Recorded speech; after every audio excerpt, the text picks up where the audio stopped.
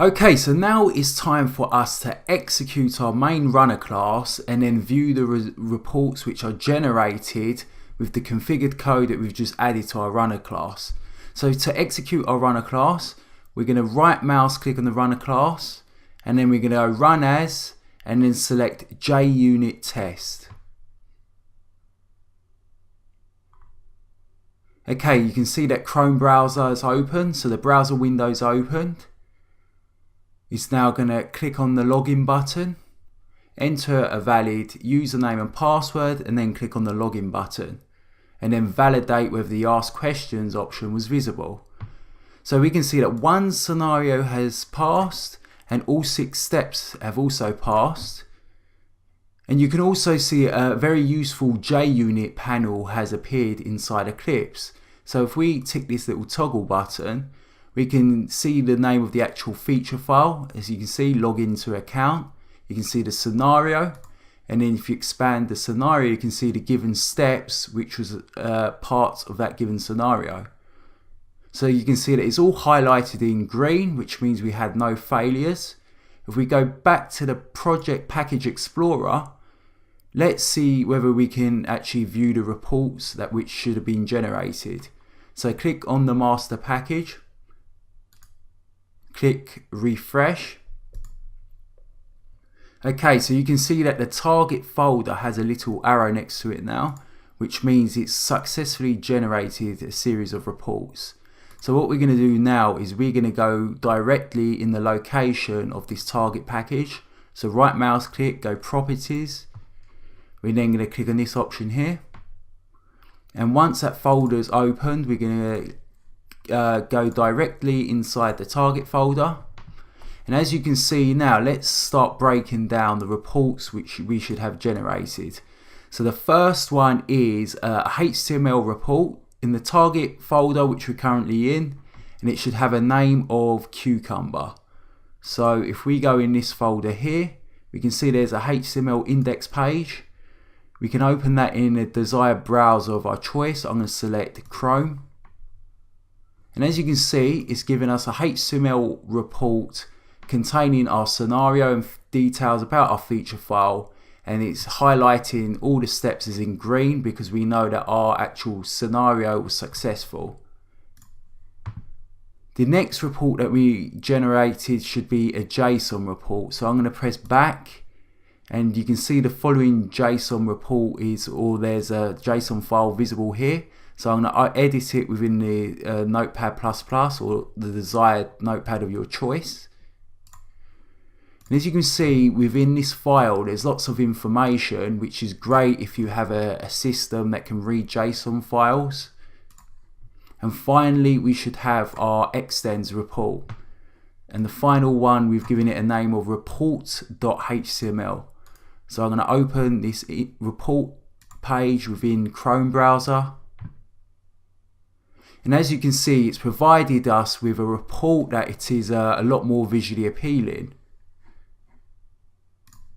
So now you should see the actual power of adding options to a runner class, because the following options can provide us with lots of useful reports.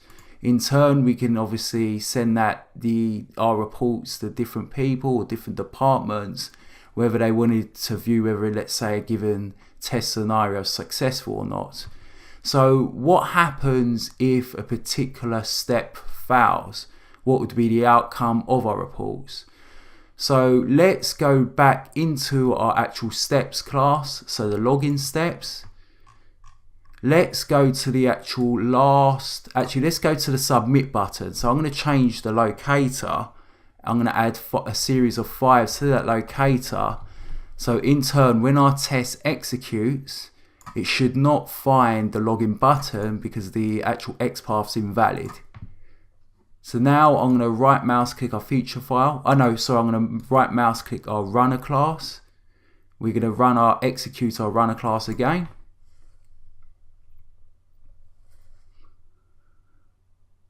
Okay, so we're going to go to stackoverflow.com.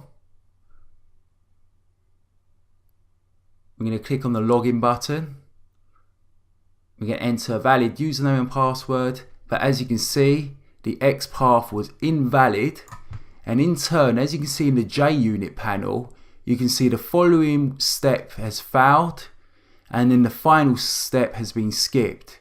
Because what happens is in Cucumber, when a particular step fails, the remaining steps that need to be executed will be skipped. So for example, if the first step, given user navigates the Stack Overflow website, fails, then the steps underneath that one will be automatically skipped. So now I'll go back to the actual package explorer. Let's refresh our project. Let's go back to the target directory, right mouse click, go properties, click on this icon. And now we're going to open the target folder. We're going to access the HTML report. We're going to edit it. So right mouse click and open it in Chrome browser. And as you can see, the following steps highlighted in green have passed, but when user clicks on login button, it's failed. And it's also added the exception to this particular step. And finally, the last step has been highlighted in blue because it's been skipped. So you should already see the actual benefits of adding a runner class to your project, because it enables you to generate a variety of different reports, and at the same time you can target one or more feature files and one or more steps classes.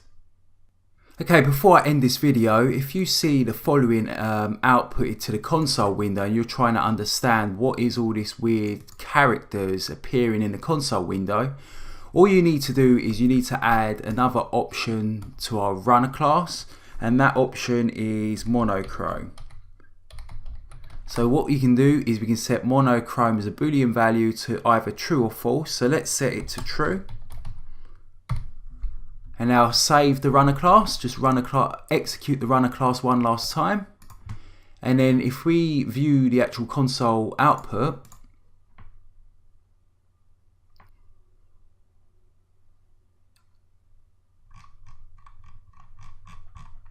okay, so when you view the console output, you can see that it's a lot more human readable now, and you don't see those weird characters. So all you need to do is go to your runner class and just add the following monochrome and set it to true.